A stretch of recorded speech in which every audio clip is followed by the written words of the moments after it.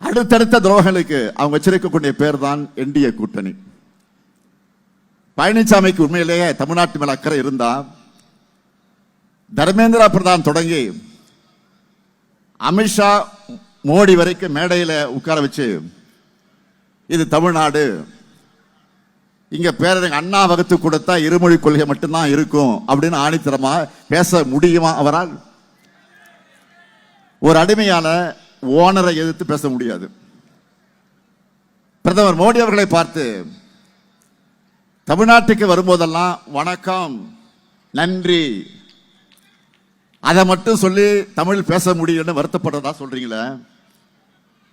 பிறகு ஏன் தமிழை விட சமஸ்கிருதத்துக்கு 17 மடங்கு அதிகமாக நிதி வழங்குகிறீங்கன்னு கேள்வி கேட்பாரா இந்த அடிமை பழனிசாமி? அமித்ஷா அவர்களை பார்த்து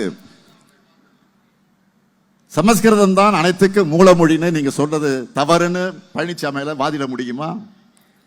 அதுக்கான முதுகெலும்பு பழனிசாமிக்கு இருக்கா? அவரை சும்மா ஒண்ணு ஆமாசாமி அடிமை சாமி சொல்லல. எதுக்கெல்லாம் ஆமாசாமி போடுறாரு? குடியுரிமை திருத்த சட்டம் அவர் நினைச்சிருந்தா அவங்க எம்பிக்கள் ஆதரிக்காம தடுத்திருக்க முடியும். ஆனால் ஆமாசாமி போட்டு இஸ்லாமியர்களுக்கு துரோகம் செஞ்சார். அதே போல வக்ஃப் போர்டு திருத்தம், அந்த திருத்த சட்டத்தை ஆதரிச்சு சிறுபான்மையினருக்கு துரோகம் செஞ்சார் அடிமைசாமி. அடுத்து கிறிஸ்தவர்களுக்கு எதிராக FCRA சட்டம் கொண்டு வர போறாங்க. கூட்டணியில் இருக்கிற பழனிசாமி தேர்தலுக்காவது அதை எதிர்த்து பேசி இருக்கிறாரா? அடுத்து நீட் தேர்வை பற்றி பேசுறார்.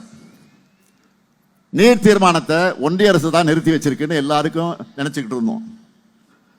ஆனா அதை ஒன்றிய அரசு திருப்பி அனுப்புனதையே கிட்டத்தட்ட 2 வருஷமா மறைச்சு வச்சவர் தான் பழனிசாமி.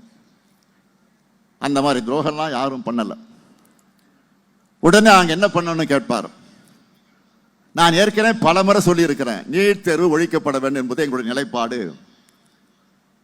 ஒன்றியத்தில் இந்தியா கூட்டணி ஆட்சி அமைஞ்சிருந்தா நீட் தேர்வு தமிழ்நாட்டில் இருந்திருக்காது.